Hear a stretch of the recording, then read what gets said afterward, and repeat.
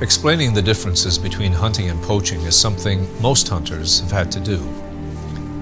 We explain that not only is poaching illegal and a serious crime, it is unsustainable and depletes wildlife populations, the polar opposite of recreational hunting. Yet hunting is a complex topic. There are many worldviews.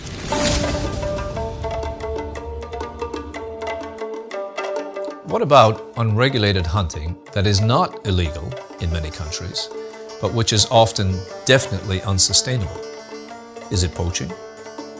And what if that overhunting stems from cultural traditions hundreds of thousands of years old and contributes to the food security of entire communities? Is that defensible? What if that hunting also endangers species and ecosystems? The term bushmeat is traditionally defined as the meat of African wild animals as food. The U.S. Fish and Wildlife Service has concluded that the most immediate threat to the future of wildlife in Africa is not habitat loss, but the consumption of and illegal trade in bushmeat. It is now estimated that more than a quarter of all mammal species hunted for bushmeat are threatened with extinction. Our first reaction to this news may be one of outrage. How can this be happening? But let's take a closer look. Today there are two types of bushmeat hunters in Africa. First, there is the traditional bushmeat hunter whose ultimate goal is to feed himself and his family. He typically resides in a very rural area and has lived and worked in the sort of conditions most Westerners would describe as extreme poverty. As much as 85% of his family's total protein is sourced from bushmeat, and he may still struggle to meet the family's basic nutritional requirements. While he may sometimes trade meat for other foods or goods with friends and neighbors, his focus when hunting is subsistence, not profit, and his interactions with local wildlife closely resemble those of his ancestors.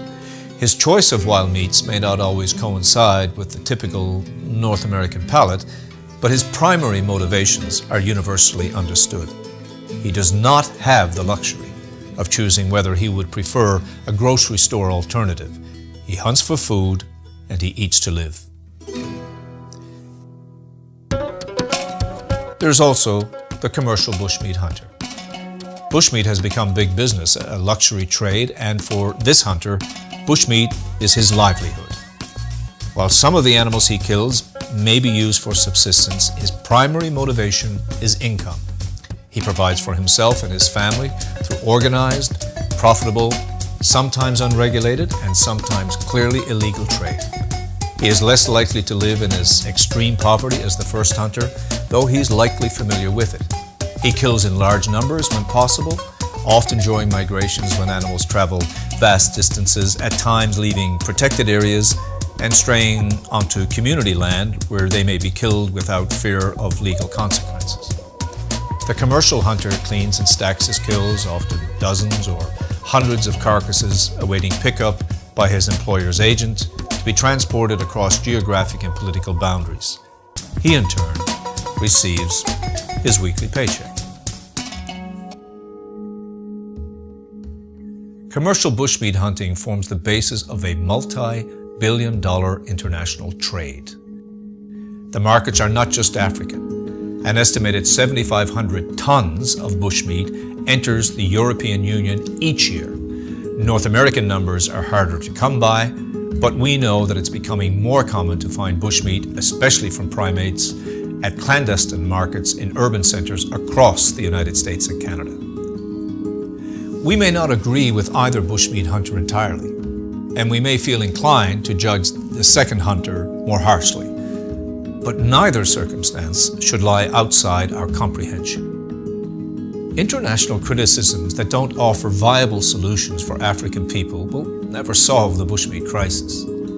Do we need enforcement of hunting quotas and better endangered species protections in Africa? Yes. Do we believe that cultural reliance on bushmeat may have to change to some degree? Yes. Should we create educational programs to alter public perceptions and educate the future consumer base for bushmeat?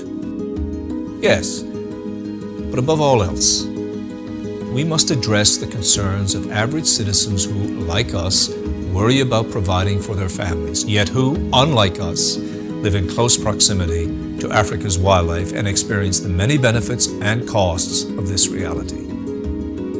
Wildlife matters, but so do people. As citizens of a global conservation community, we have a responsibility to find solutions that work for both. This begins with respect and understanding.